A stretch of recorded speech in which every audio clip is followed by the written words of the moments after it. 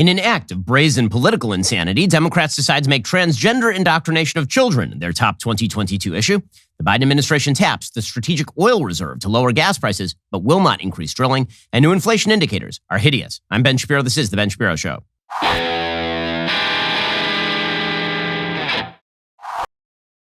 The Ben Shapiro Show is sponsored by ExpressVPN. Privacy is a right, not a privilege. Defend your rights at expressvpn.com/Ben. We'll get to all the news in just one moment. First, have you ever played the game Would You Rather with your kids? Would you rather be a donkey or an elephant? That's an easy one. Well, here's another easy one. Would you rather overpay for cell phone service every month to a company with left-wing values or pay about half with Pure Talk and support a company that doesn't hate you? It's time to ditch Verizon, AT&T, and T-Mobile. Pure Talk has the same 5G coverage as one of the big guys, but saves the average family over $800 a year.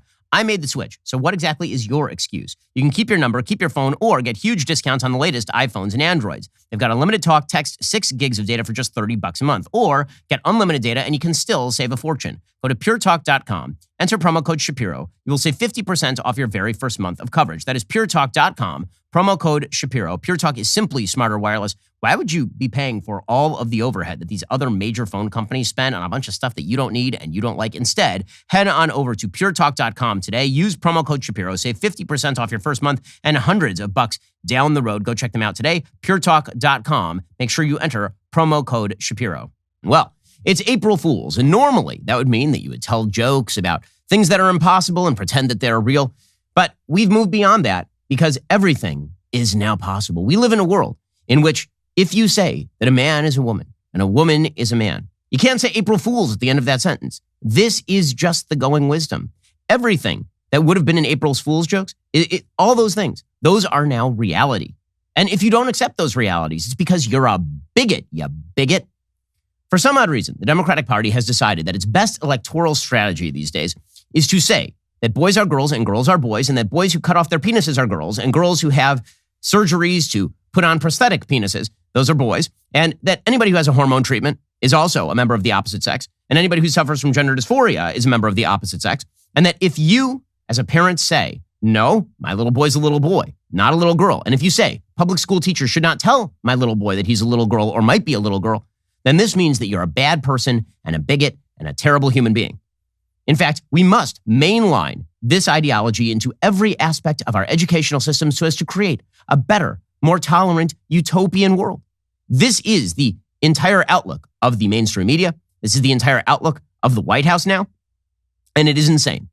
If Democrats wish to run on the national platform that boys can be girls, girls can be boys, and that teachers should be able to indoctrinate your kids in these perverse ideas that are anti-science and anti-reality, that if you wish to stop them from doing this, that this makes you a bad person. If they wish to run on that platform, by all means, see where it gets you. So yesterday was the Trans Day of Visibility. The Trans Day of Visibility, because as you know, in our society, trans people don't have enough visibility. I mean, they're merely, according to most statistics, people who actually suffer from gender dysphoria. It's a very minute percentage of the population that suffers from gender dysphoria, 0.2% at the very highest. And yet we spend outsized attention on this minority of the population. Why? Well, because they are making an argument that applies to everyone, which is that boys and girls do not exist. Right? That male and female are completely arbitrary categories, that they are assigned at birth by doctors. Doctors sit there and then they randomly just decide, you know what? This little being with a penis, I'm just going to call it a boy, just randomly. There's no real reason. It might be a female penis. And the left has decided that this is their top issue. And obviously, we need more visibility. Visibility is what is required around LGBTQIA plus minus divided by a sign, percentage sign, caret sign, little tilde thing that goes over Spanish letters. We need more visibility on these issues because that's really the thing, isn't it? That we don't have enough visibility and we don't talk about these issues enough, according to the left. I mean, as Matt Walsh points out, we definitely need a trans visibility day celebrated by the White House. You know, because aside from like Pride Month, International Pronouns Day, Lesbian Visibility Day, International Day Against Homophobia, Harvey Milk Day, Pansexual, Panromantic Visibility Day, Bisexuality, Bisexual Awareness Week, National Coming Out Day, National LGBT Center Awareness Day, Spirit Day, Intersex Awareness Day, Asexual Awareness Week, Transgender Day of Remembrance, Pansexual Pride Day, Aromatic Spectrum Awareness Week, Omnisexual Visibility Day, Non-Binary Awareness Week, and Transgender Parent Day. Aside from all of those, we don't have any days in which we celebrate transgender people.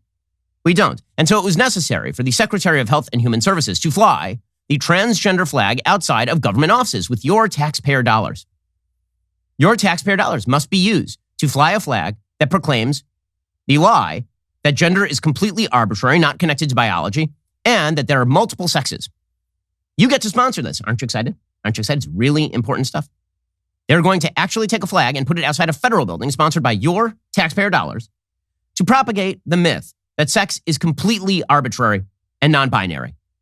Xavier Becerra, the Health and Human Services Secretary, tweeted on this International Trans Day of Visibility. And of course, Twitter adds its own little emoji of a little yellow fist, which seems racist, holding a transgender flag. I say to our transgender communities, we see you, we stand with you, we will be there for you. For the first time in history, the transgender flag is flying in front of a federal agency, HHS Hubert Humphrey building. Well, I mean, slow clap for them. I really hope that we fly that Trans Day of Visibility flag everywhere, like at all of our embassies. You remember that the Obama administration used to fly the gay pride flag during Pride Month outside of our embassies, but only in westernized countries and maybe outside the Vatican just to piss off the Pope. There was none of that in countries that don't really already agree with Barack Obama. And then the White House released a fact sheet, a very important fact sheet in which they declared that trans surgeries for kids are necessary, that chopping the genitals off of minors is actually a wonderful way of affirming their gender, and that hormone treatments are, in fact, completely fine. Hormone treatments have no long-term effects. Now, the science says that we don't know whether hormone treatments have long-term effects. It would seem doubtful to me whether you can use puberty blockers on a child for long periods of time and for this not to have any long-term effects. So the same people who say you have to eat organic at the supermarket because the pesticides on your apple might screw with you, say that you can jack up a kid filled with testosterone. You can take a little girl and fill her with testosterone, and it will have no long-term impact. None. It's amazing. Science! According to the White House sheet, the information sheet that they have now put out, this is Mary Margaret Olohan reporting for the Daily Wire, early transgender surgeries, hormone treatments, and affirmations are crucial for the health of kids and teens who identify as transgender and non-binary, which of course is why your kid at school must be taught that they might be a member of the opposite sex. And if you object, you must never be told about this. Teachers should be able to separate you off from your kid and indoctrinate your kid in stuff that will ruin their life. And you should have nothing to say about it, according to this White House, because it's just so important that if a kid expresses gender confusion at any age, we immediately meet them at the door with some puberty blockers. The White House flagged a resource from the Office of the Assistant Secretary for Health on Transgender Day of Visibility intended to inform parents and guardians, educators, and other persons supporting children and adolescents with information on what is gender-affirming care and why it is important to transgender, non-binary, and other gender-expansive young people's well-being. Now, gender expansive, are these medical terminologies? Gender expansive. Is transgender a medical term? Transgender is not really a medical term. Gender identity disorder is a medical term. Gender dysphoria is a medical term. Transgender encompasses everything from people who actually have a condition known as gender dysphoria in the DSM-5 to people who say on any given day that while they are biologically male, they feel female on the inside without any long-term symptoms of gender dysphoria, without any of the depression associated with gender dysphoria, without any of the other symptoms associated with gender dysphoria. So transgenderism is apparently now a medical term. Gender-affirming care is a phrase used by transgender activists and media to mask the more grisly-sounding transgender top and bottom surgeries, including removing a biological woman's breasts, removing a biological man's genitals, sculpting a fake penis on a biological woman, facial feminization or facial masculinization, and more. Social affirmation, puberty blockers, and hormones also fall under the gender-affirming care umbrella. Remember, gender-affirming care is an Orwellian term because what it means is biology denying care. They are saying that your gender, what you think you are in your head, is more important than what your body actually is. So to chop the penis off of a 15-year-old boy is gender-affirming. It is not mutilation. It is not creating a false vagina that is going to require that person to put an object in that area to prevent it from healing up for years. This is literally what happens when you do these surgeries. I know we're supposed to pretend that these surgeries are anodyne and antiseptic. They absolutely are not. They are barbaric in the extreme. Commentators, lawmakers, and people who identify as transgender and people who formerly attempted transitions have expressed grave concerns about encouraging children or young people to explore transitions of any kind, according to Mary Margaret Olohan. Nonetheless, the Office of the Assistant Secretary for Health sheet says, quote, gender-affirming care is a supportive form of health care. It consists of an array of services that may include medical, surgical, mental health, and non-medical services for transgender and non-binary people. Remember, these are not even people who identify as members of the opposite sex. Now you're talking about people who don't identify as member of either sex. You're non-binary. You just say, I'm a genderless widget. And now affirmative care is necessary in which we pretend that you are right about your assessment of an objective fact about reality. The White House messaging says, quote, for transgender and non-binary children and adolescents, early gender-affirming care is crucial to overall health and well-being, as it allows the child or adolescent to focus on social transitions and can increase their confidence while navigating the healthcare system. So if you cheer a little 5-year-old who thinks that he is a she, or who is pretending that he is a she, or who is confused about he and she, if you just start calling little Billy Jane and putting him in dresses and have everybody around him mirror this, instead of, watchful waiting, seeing if he grows out of it, which the vast, vast, vast, vast majority of people who have gender confusion at young ages do. Instead of that, we have to gender affirm. By the way, Europe rejects this. Europe rejects the idea that watchful waiting is bad. In fact, the UK, Sweden, all of these places are now moving very harshly away from the idea that social affirmation and hormone blockers and transgender surgeries for minors are a good thing. But the White House is very extreme, because this is what they've decided they are going to run on. I don't know what insane world they live in where they think that this is a majority proposition, but really, go for it. According to the White House messaging sheet, these procedures have been shown to increase positive outcomes for transgender and non-binary children and adolescents. No, they have not. No, they have not. The data is not in. There is no longitudinal data on this stuff. So no.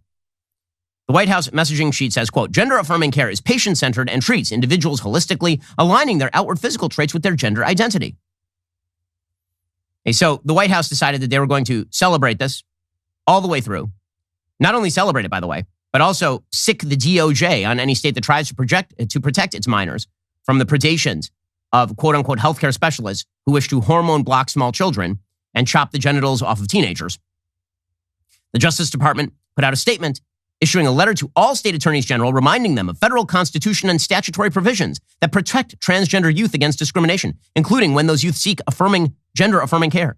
So if you are in Arizona, for example, or if you are in a bunch of states that now say that it should be illegal for a 15-year-old who cannot consent to sex to be able to consent to having his penis removed and his testicles removed, that if you do this, this is a violation of federal civil rights law, according to the Biden administration.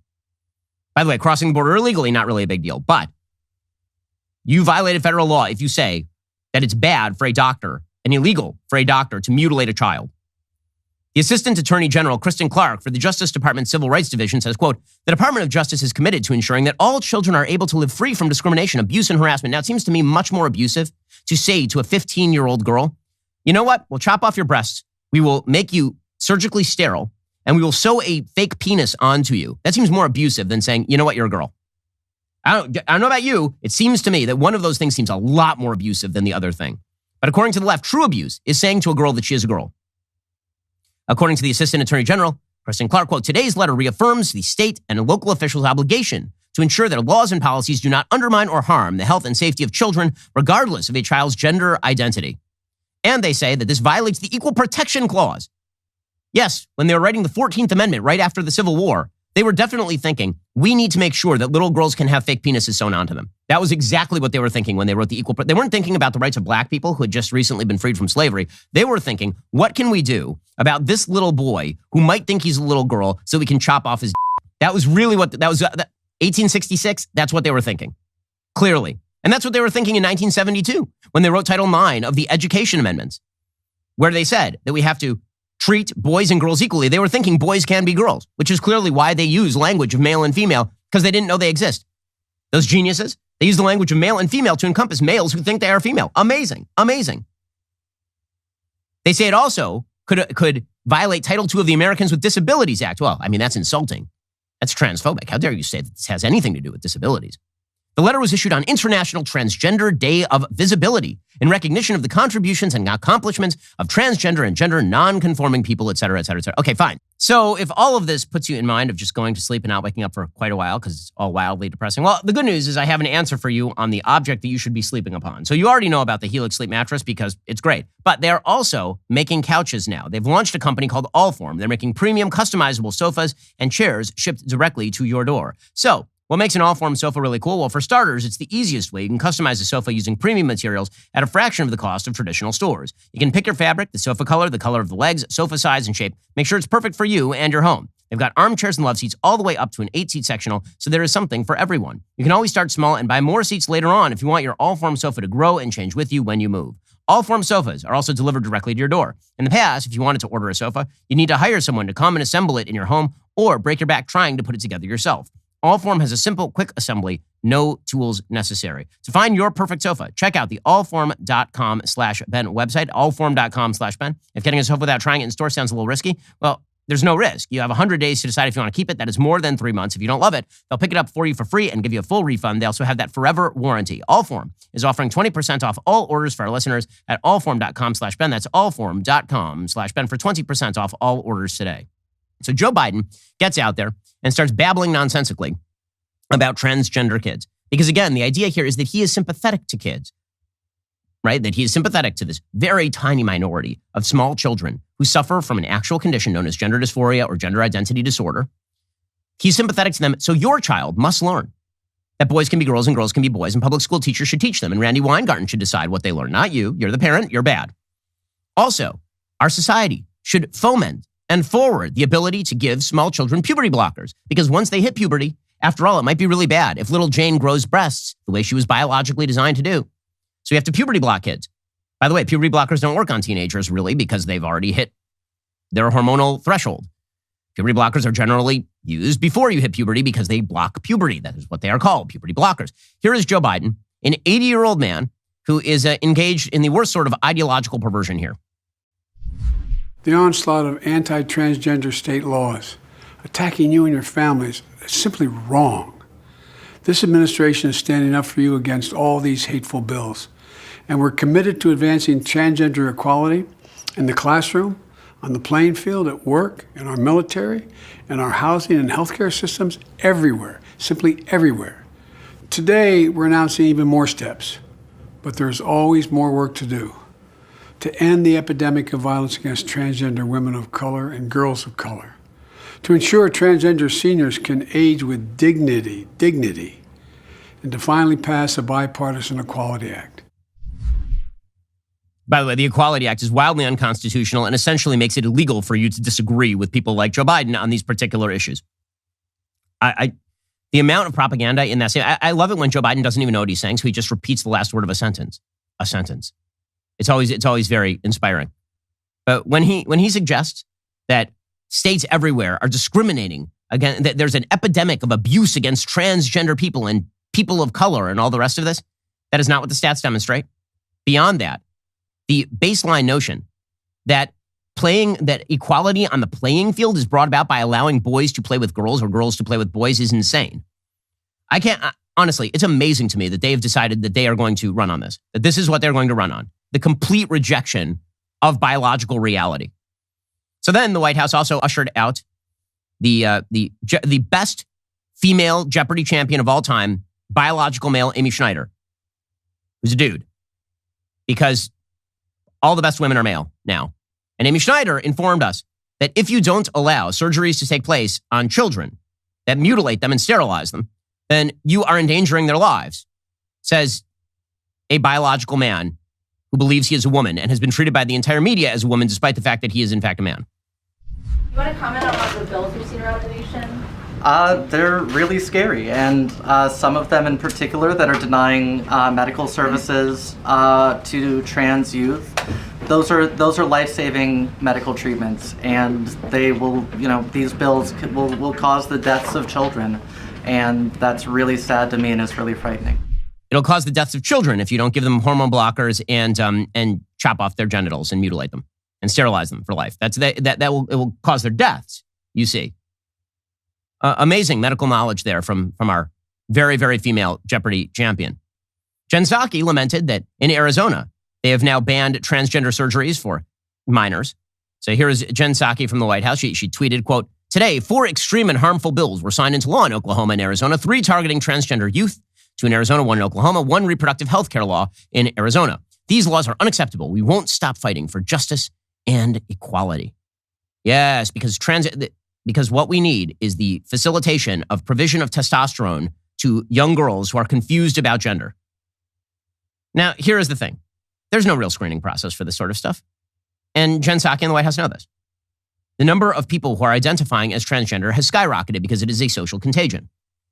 This is obvious from the polling data. It is obvious from the provision of medical healthcare services and everywhere from the United States to the UK. But the idea is that if you stand up to these lies, then this makes you a bigot. I'm amazed that they think this is a winning message. It's amazing to me. Beto O'Rourke, who's running for the governor of Texas, and who apparently just wants to lose again so he can go back to eating dirt in New Mexico. Beto, he wore a shirt yesterday. And he wore the kind of shirt that's definitely going to win lots of votes in Texas, brah.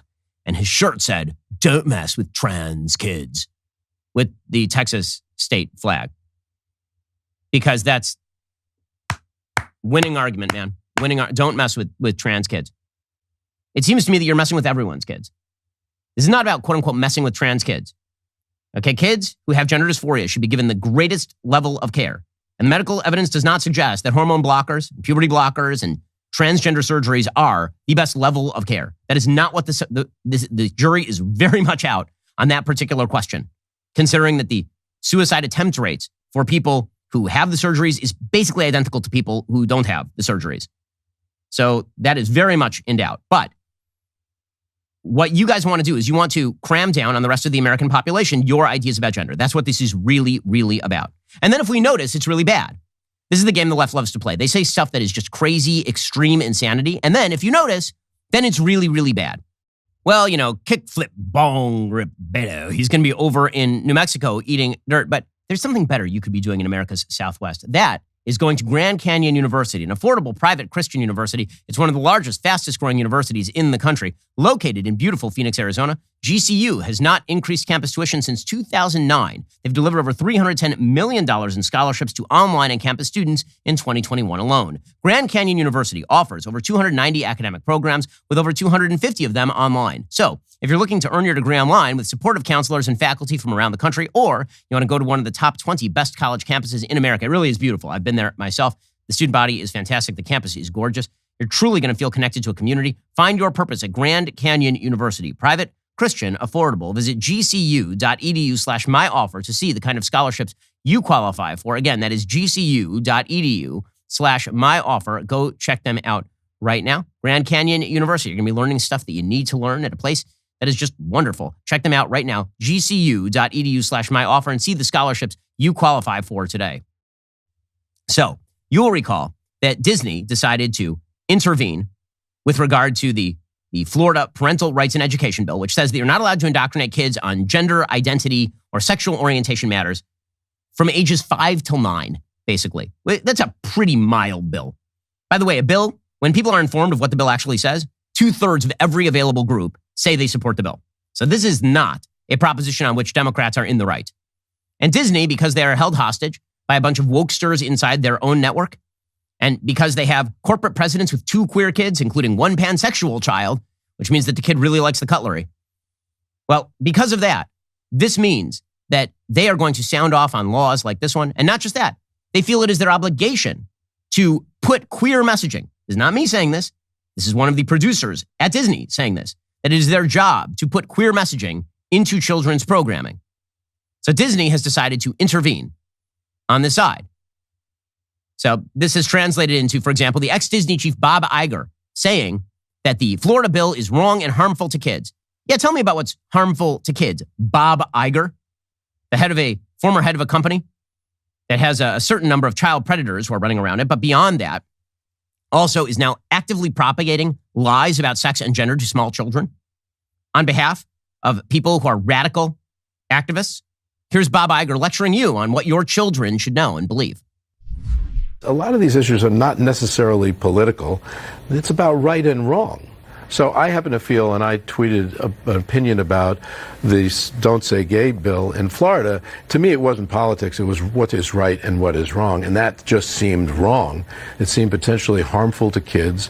When you're dealing with right and wrong, or when you're dealing with something that does have a profound impact on your business, then I just think you'd have to do what is right and not worry about the potential backlash to it.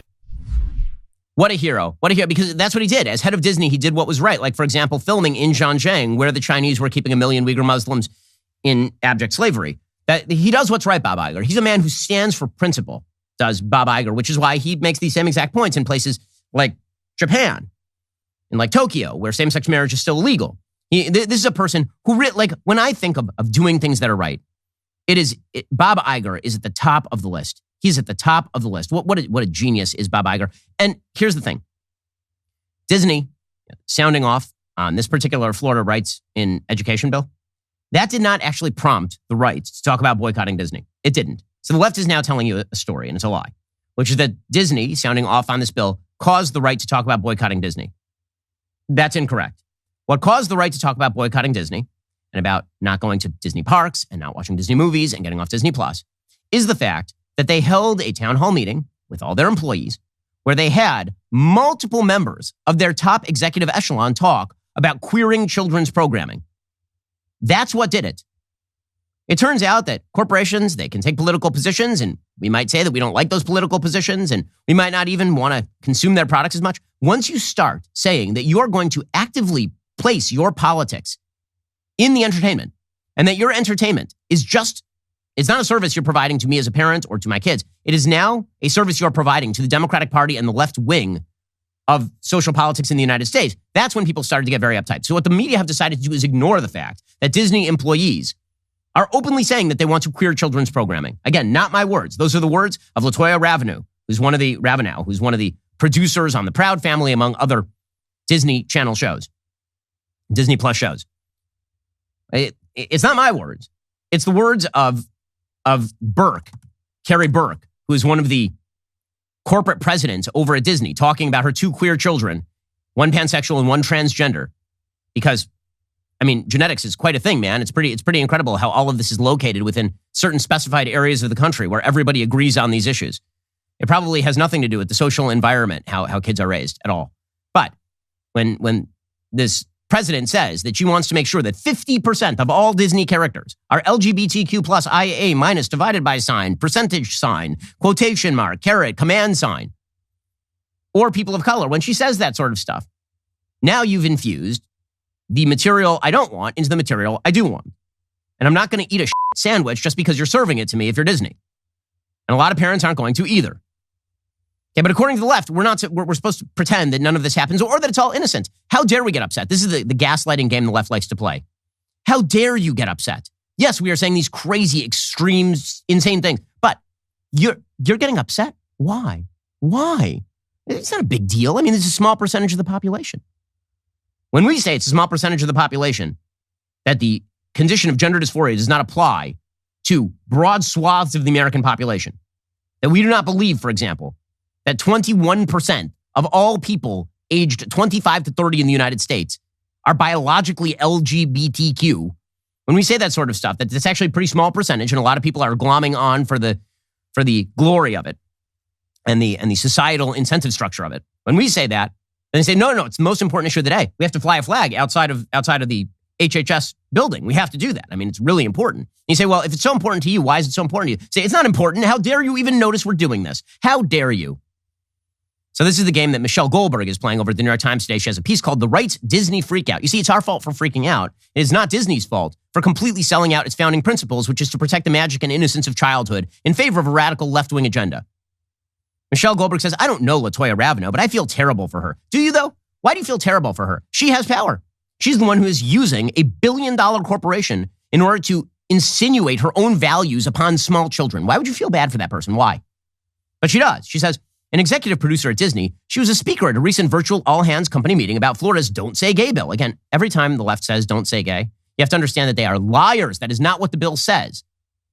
That is not at all what the bill says, but they're liars, so understood. Inside Disney, says Michelle Goldberg, there had been considerable anger that the company, one of the state's largest employers, had donated to politicians behind the bill and hadn't done more to fight it.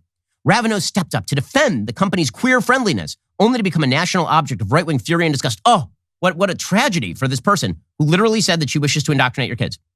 On a video call, Ravenel spoke about her initial apprehension about taking a job at Disney, fearing she wouldn't be allowed to include gay characters in the projects she worked on. Instead, she said, everyone she's worked with has welcomed her not at all secret gay agenda, letting her add queerness to the animated show she directs. a revival of the early aughts series called The Proud Family. Now, you might say right away that this makes LaToya Raveneau a villain, because this is supposed to be a children's show for children, and it is not the job of Disney to mainstream in left-wing sexual values into shows for children. But here's the point. Michelle Goldberg likes this being in shows for children, and so it's good. So she says, the results of Ravenau's agenda seem sweetly anodyne. Right? Anodyne to you, the non-parent. Or if you want to parent your kids this way, fine, show them that material. But to pretend that Disney is protecting the innocence of youth while inserting queer messaging, again, according to LaToya Raveneau, in their children's programming, and then when we notice and we say, well, I'm not interested in showing that to my kids, then it's, how dare you? It's sweetly anodyne. You will be forced to mirror their perspectives on life. And you will be forced to teach your kids their perspectives on life. This is not about how leftists choose to treat their children. It's how they choose to treat your children. It's how they choose to weaponize major institutions in the culture, including the public schools, in order to cram down a set of values you oppose. That is what this is about. This is cultural imperialism by the left. And then they're like, why are you even noticing? Why are you mad? After all, it's sweetly anodyne. The show's main character, Penny Proud, has a flamboyantly gay friend who has to deal with bullying, and another character has gay dads. There's been some reporting about the groundbreaking nature of the show in the entertainment press, but as far as I can see, it hasn't caused much, if any, controversy. Well, maybe it's causing controversy now because people noticed, and they noticed because you said the quiet part out loud.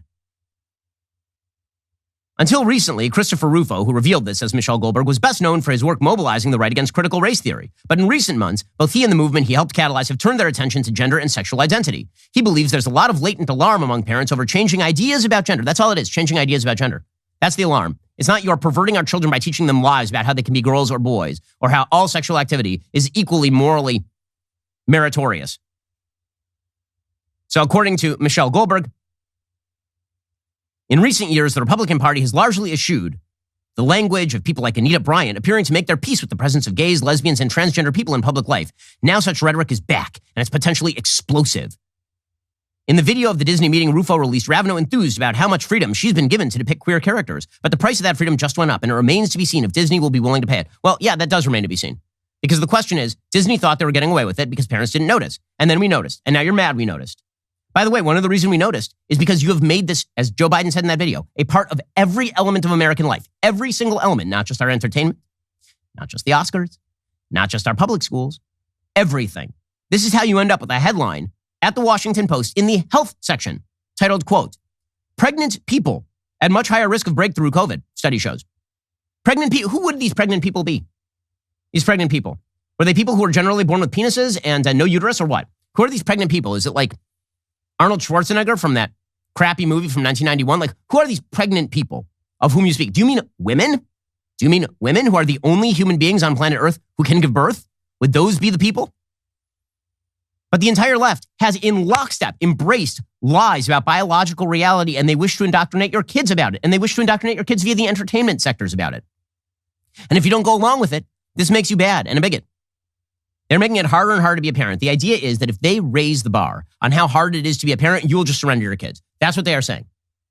They're saying that you want Obi-Wan Kenobi? You want the Obi-Wan show on Disney Plus? You're also going to have to get the Proud Family with the gay characters and the gay dads and the lectures about homophobia. What they're saying is that if you want to just go to Disneyland with your 5-year-old kid and enjoy the magic of Main Street with Mickey Mouse, you're going to have to also have people whispering into your kid's ear that a prince might be a princess. And that, ladies and gentlemen, boys and girls, has now been banned at the Disney parks. Because after all, a lady might be a gentleman and a gentleman might be a lady, or both might be neither. Okay, this is the idea is that if they give you some things you want, then you will just sort of ignore the rest. And so this makes it hard on parents because it means you have to pre-screen every single thing your kid watches. You have to pre-screen every single thing your kid does. You have to keep an eagle eye on the teachers at your kids' schools. You have to make sure that they are mirroring values that you actually care about. They're deliberately making the burden of parenting much, much harder. And there will be fight back against this. And there should be fight back because it turns out that parents are willing to undergo those sorts of burdens. I don't think parents are quite this lazy. I said to my wife last night, now I don't have the time or the taste to read every new book that comes into our house for my 8-year-old daughter. I don't have time to do that. So what that means is I'm only going to recommend to her books that I have read or that my wife has read or that my parents have read or that were written before maybe 1965 that don't include all this gender nonsense. And that's fine. If my kid is, by the way, if my kid is reading Jules Verne instead of Percy Jackson, that's probably good for her. But the basic idea here from the left is up the ante, and then if you notice, they get really mad. You should never, ever, ever notice. You should never notice. Now, again, I find it absolutely astonishing that the left thinks this is a winning message, that the left thinks that they can run directly against the interests of parents. Again, 65% of parents across the board agree with the Florida bill. They can win. But the reality is that their bubble is different than our bubble. There was a great irony yesterday. So Whoopi Goldberg, who is, again, I'll never get over the fact that Whoopi Goldberg basically got a 2-week vacation out of saying that Hitler wasn't a racist. But Whoopi Goldberg was back on The View. And she said, you need to stop attacking the Hollywood elite. Stop it. We don't all think the same, except on crucial issues. Yes, sort of do, guys. And you know what? Your values are not our values. I just want to stop with this elite stuff because, you know, a lot of us work for a living. Mm-hmm. We work, we collect a check, we got families, we try to do the same thing, the good stuff that everybody else tries to do. And it really pisses me off when people start to talk about people who work in Hollywood, just not just actors, but all the other folks. So please, when you're talking about actors, be specific. If you're pissed off about somebody or how they act, don't put it on all of us, because that's like saying all black people like chicken. No, it's not like saying all black people like chicken. It's saying all Hollywood leftist elites think the same way, because they do. They generally do. And then they wish to take that thinking and cram it down on your kids. And it's amazing how much of this is performative, how much they perform for one another. I just have to show you one more thing here. Okay, that is Gavin Newsom. So Gavin Newsom, who is just created in a lab as a genderless Ken doll. He's the only person who ever has made me think that not all males are males. So Gavin Newsom, who is made 97% out of plastic and 2% out of smarm and 1% out of just bull. Anyway, Gavin Newsom, he's sat at apparently the French Laundry or something, and he's now reading all of his high school reading materials. That's exciting. He brought out a pile of books to show that he is going to stand up to censorship. So Gavin Newsom actually tweeted out this picture of himself because he's trying to quote unquote own Ron DeSantis, right? That's the idea here, is that Ron DeSantis is censorious and terrible. He's trying to run against DeSantis 2024. He tweeted out, reading some banned books to figure out what these states are so afraid of. So let's first of all point out the books that he's actually reading. One is Beloved, which I think is a highly overrated novel. Some people thought that it was like the best novel of the last 25 years of the 20th century. That seems to me a wild overstatement. But he's also got To Kill a Mockingbird there. To Kill a Mockingbird, which is on the top of the pile there. To Kill a Mockingbird is no longer considered in vogue by the left. It's been banned by left-wing school districts for not being racially sensitive enough. And he's got 1984. There are going to be some shocks awaiting Gavin Newsom when he actually reads 1984. It turns out a lot of the things he likes are not really taken well. He's also got a book called Genderqueer, so he apparently likes reading books. He wants to read a book about small children performing oral sex on each other.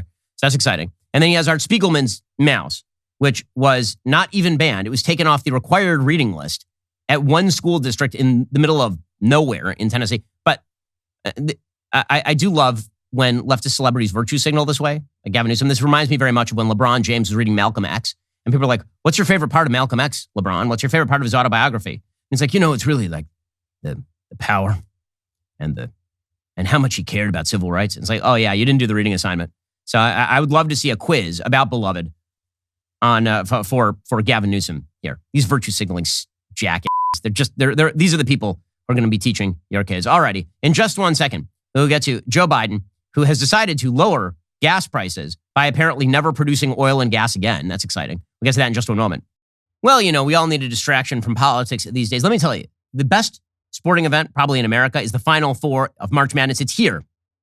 And here's the thing. We are going to provide you the sports without all the political nonsense that you're going to get from ESPN. Our resident basketball experts are on the ground in New Orleans to get you through this weekend of high-stakes bets and brackets. Crane and Company. I'm telling you, you got to check them out. This show is great. I listen to it every day. It's a daily sports show hosted by former athletes and coaches Jake Crane, Blaine Crane, David Cohen. It's super fun. They will give you in-depth sports analysis, informative interviews, predictions, wagers, constant live chat engagement with fans. It's the best sports show out there. Tune in live today at 3 p.m. Eastern and every weekday at dailywire.com or over on YouTube. You can also listen on Apple Podcasts or your platform of choice. Make sure to subscribe. Give the show 5 stars if you like what you hear. It's the best sports show in America, Crane and Company. You're listening to the largest, fastest growing conservative podcast and radio show in the nation.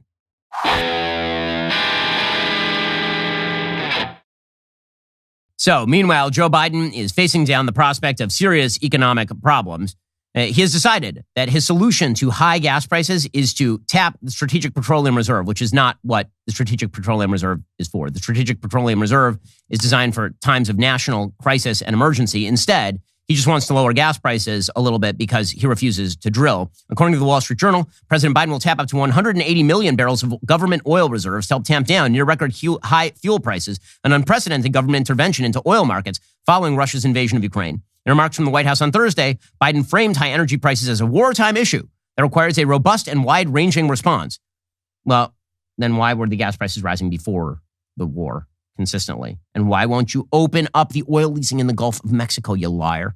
So Joe Biden decided he was going to lie to you by saying he's going to be honest. Whenever Joe Biden says he's about to be honest with you, just understand it's like the Tinder swindler saying that he's about to be honest with you.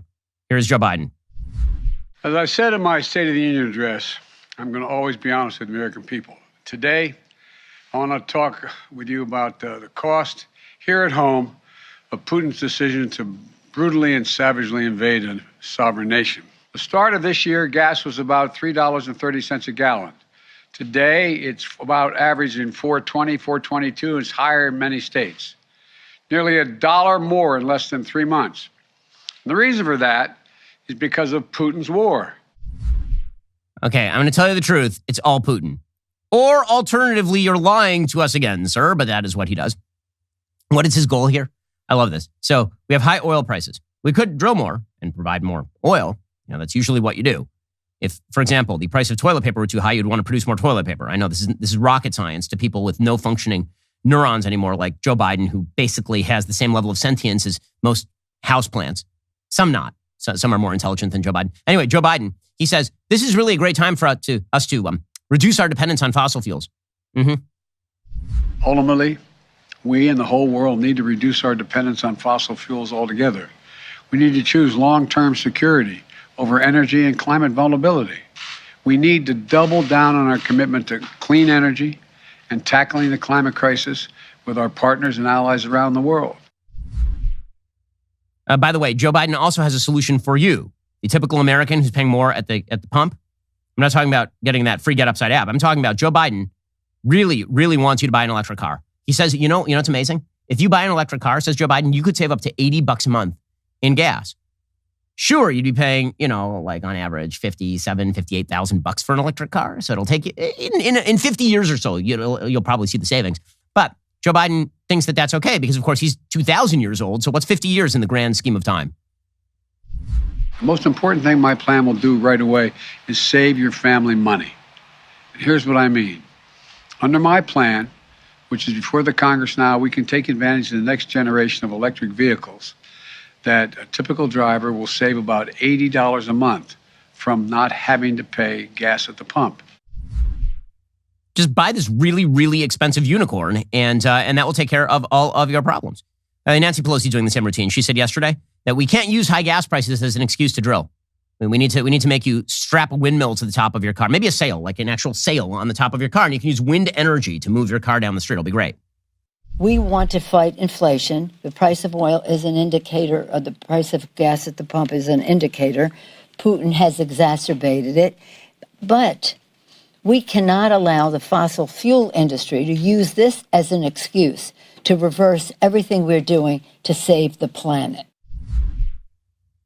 You're not saving the planet, lady. It's just, it's ridiculous. But, these are ridiculous people. Okay, meanwhile, the economic situation overall is caving in here. It's a bad economy. We are on the verge of recession. Everybody now believes this. This is now the conventional wisdom, is that we're on the verge of recession. The good news is that we have a vice president of the United States who's so great at this. She is so capable of stringing together beautiful words that when she speaks, I think that economies stabilize. The world seems to stop for just a moment to take stock of the brilliance emanating from the face of this human. The face hole of this human is spewing such unbelievably brilliant thoughts, the brilliantisms that just flow forth from the face hole of this one. Here's Kamala Harris. She was in Jamaica, and she was talking about helping out the economy of Jamaica. As someone observed online correctly, perhaps Kamala Harris is just a predictive text algorithm. That would make some sense.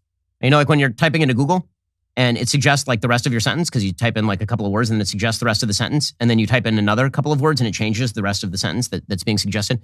That is Kamala Harris. Here she was. I'm glad we deployed her to Jamaica because whatever problems they have in Jamaica will be solved, just like our problems at the border. We are announcing today also that we will assist Jamaica in COVID recovery by assisting in terms of the recovery efforts in Jamaica that have been essential to, I believe, what is necessary to strengthen not only the issue of public health, but also the economy. Amazing. Truly awe-inspiring. I just have to read that over again because, once again, deconstructing Kamala Harris sentences, like you have to do a sentence tree, like you're in fifth grade again, if they actually taught English in fifth grade rather than gender studies. Kamala Harris said, this is a direct quote, "One of the issues that has been presented as an issue that is economic in the way its impact has been the pandemic. We will assist Jamaica in COVID recovery by assisting in terms of the recovery efforts in Jamaica that have been essential." Man, what a great pick she was. Absolutely. So I'm glad this administration seems like they are on top of things. Meanwhile, the inflation indicators are just off the charts. I mean, all of the bells are now ringing red. All the alarm lights are now flashing red. According to the Wall Street Journal, consumer spending growth, a key engine of the economy, slowed sharply in February as the Omicron surge of COVID-19 eased and inflation accelerated. U.S. households boosted their spending at a seasonally adjusted 0.2% pace in February from the month before, down from a revised 2.7 rate in January, when spending rebounded from that Omicron-related dip in December. Household incomes rose in February as the unemployment rate dropped. Employers scrambled to hire new workers. The data add up to a picture of the economy growing as shoppers benefit from a strong labor market and rising wages, but see these gains eroded by rising inflation. Consumer prices rose 0.6% on the month, 6.4% year on year, a new 40-year peak. It's amazing. Like every month we have a new 40-year peak. It's really exciting, you know? Like you think we've scaled the heights of inflation, and then you see there's a peak beyond that, and that's next month. Annual core PCE inflation, which strips out food and energy, rose to 5.4% in February. So things are going great. Plus, the mortgage rates are skyrocketing, which of course you could see coming a mile away. As soon as you start talking about raising interest rates, the mortgage rates go up. According to the Wall Street Journal, the average rate for a 30-year fixed-rate home loan jumped to 4.67%. Mortgage finance giant Freddie Mac said on Thursday. That makes the weekly figure's highest reading since December of 2018. At the beginning of the year, the average rate on America's most popular home loan was 3.22%. Now it is 4.67%. So this is going to hopefully level off demand, is the idea in terms of home prices. But that is because of the inflation that has taken place in the real estate market. And again, all of this is just, it's going beautifully. It's going beautifully. And one of the reasons that it is really going beautifully is because we are now in what economists term a wage price spiral. According to the New York Times, economists have been waiting for Americans to shift from buying goods like furniture and appliances and towards spending on vacations, restaurant meals, and other services as the pandemic fades. Betting the transition would take pressure off supply chains and help inflation to moderate. Rapid wage growth could make that story more complicated. Demand for services is rising just as many employers are struggling to find workers, which could force them to continue raising wages. If you raise the wages, you have to raise the prices. If you raise the prices, you have to raise the wages. And this is how you end up with a wage price spiral.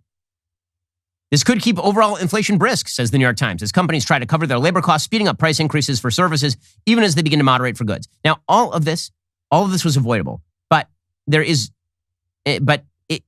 it was unavoidable if you are an ideological idiot. So Ezra Klein, who writes for the New York Times now after having founded Vox.com, he interviewed Larry Summers. And in this interview, he asked a question. And this question is everything because it really explains how people on the left think about economics and biology and everything else. Reality just does not come into their thinking. It doesn't come into their thinking. If they're trying to do what they think is a good thing, and then reality clocks them directly between the eyes, they're always surprised. They're always surprised. When they say boys are girls and girls are boys, and then no one reproduces and there are not enough kids, they're like, wow, we were just trying to help marginalized peoples. You know, this is Ezra Klein on the economy. Okay, this is a question that he asked Larry Summers. Quote, "So, I know you're a hard-nosed economist who looks at the numbers here, but I want to locate, I think, the emotional and to some degree even political frustration of this conversation. Because a lot of the dynamics you're talking about that then get framed as excess demand, these are things that just feel that many of us have wanted for a long time. More hiring, wage increases, particularly at the bottom end, stimulus checks for people who have had a lot of bad years and didn't have a lot of cushion behind them, child tax credit for families that could really use that. And so there are a lot of policies that came together. I mean, There's a reason the Biden administration wanted the economy to run hot.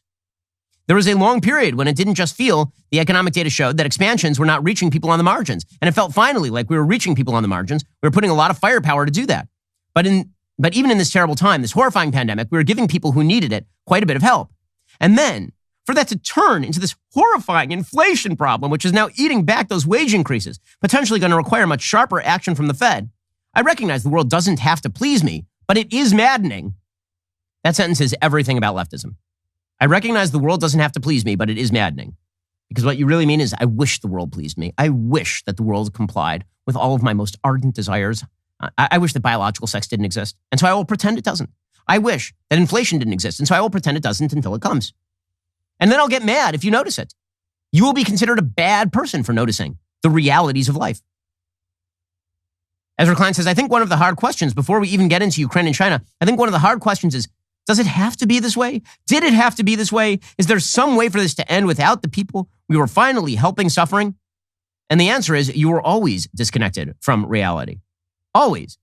I mean, that's such an unbelievable question. We wanted reality to be X. Reality was not X.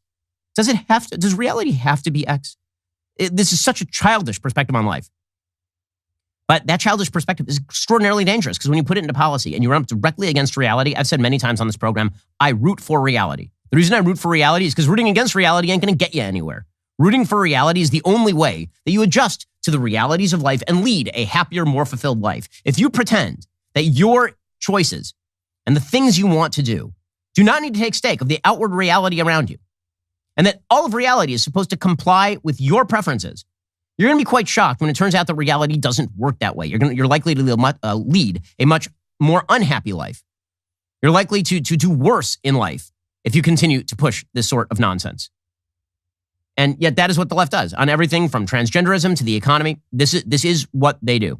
Okay, final note here. So a little bit earlier this week, there was a massive news cycle. It was like top of the New York Times. And there was this news cycle in the Wall Street Journal, Washington, all of them. They were all reporting consistently that there was a 7-hour phone gap for Donald Trump on January 6th. Because as Joe Biden becomes a worse president, the media have to talk about Trump more. It's the only way that they can draw attention from this hand to this hand. You don't look at the senile old man who's running the country into the ground over here. Look at the last president who really was a terrible orange man, wasn't he? So they were really focusing in on the 7-hour gap in calling logs on January 6th, right? And the idea was that Trump was using burner phones. Okay, so here's CNN. CNN's Jamie Gangel reported this yesterday, quote, CNN breaking. The 6 pages of White House switchboard logs 416 are complete based on an official review of White House records, according to a source familiar with the matter. There are no missing pages. The 7-hour gap is likely explained by use of White House landlines and cell phones link. That said, the January 6th committee still wants to know what Trump was doing and not doing during the attack and who he was talking to. That's a pretty big that said.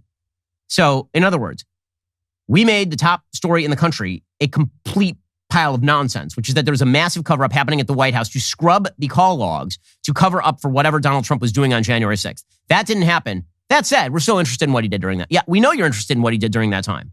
But that was not the headline. The headline was not you're interested in what Donald Trump did on January 6th.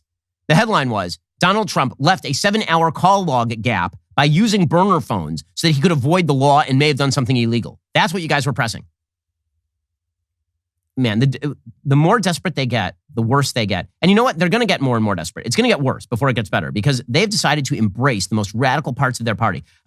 I thought, honest to God, in 2020, you guys embraced defund the police, and it turned out to be the worst electoral strategy pretty much ever. Your entire party has now reversed itself to the point where Joe Biden, in his State of the Union address, said refund the police.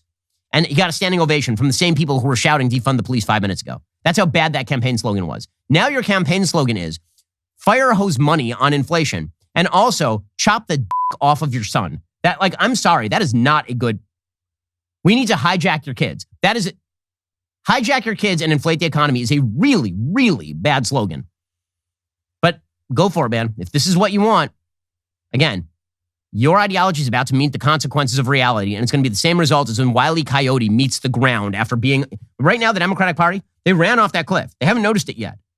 They're at that moment where they're just kind of hovering in the air. And then at a certain point, the Democrats are going to look down, and all that you're going to hear, you're going to see the cloud appear, and it's going. You're going to see a Democratic Party-sized hole in the desert ground. All right, we'll be back here later today with an additional hour of content. First, you cannot forget to end your week by tuning in to The Andrew Klavan Show. Drew's show is every Friday. He's got an exciting evening planned for you, so head on over to dailywire.com at 7 p.m. Eastern, 6 p.m. Central, and tune in. I'm Ben Shapiro. This is The Ben Shapiro Show.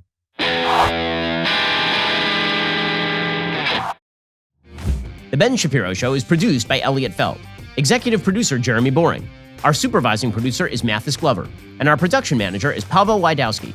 Associate producer Bradford Carrington. Editing is by Adam Sayevitz. Audio is mixed by Mike Coromina.